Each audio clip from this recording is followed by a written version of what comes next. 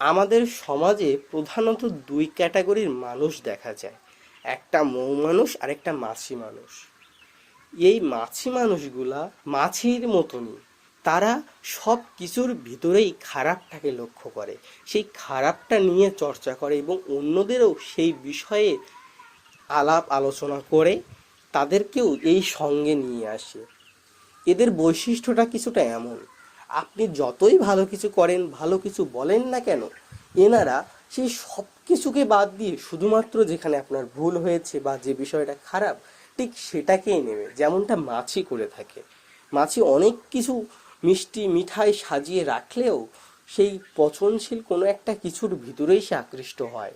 ঠিক তেমনই এই মাছি মানুষগুলা অনেক ভালো ভিতরেও অল্প একটু খারাপ থাকলে সেটাকেই আগে ধরে এবং সেটাকে নিয়ে চর্চা করে। এই মাছি মানুষ সম্পর্কে শ্রী শ্রী ঠাকুর বলছেন, এই মাছি মানুষ থেকে যত সাবধানে থাকা যায় ততই মঙ্গল। আর এবার আসি মৌ মানুষ সম্পর্কে। এনাদের তো প্রশংসার শেষ নাই এবং বিশেষভাবে এনাদের সংখ্যাও খুব বেশি নয়, এবং যারা আছে তাদের বৈশিষ্ট্য, তারা সব কিছুর ভিতরেই ভালোটাকে দেখে, সেটা নিয়ে চর্চা করে। অনেক খারাপ হয়েছে কিন্তু একটা তো ভালো হয়েছে, সেই ভালোটাকে তারা আগে তোলে এবং সেই ভালোটা নিয়ে চর্চা করে, অন্যদের বলে, অন্যদের বোঝায়।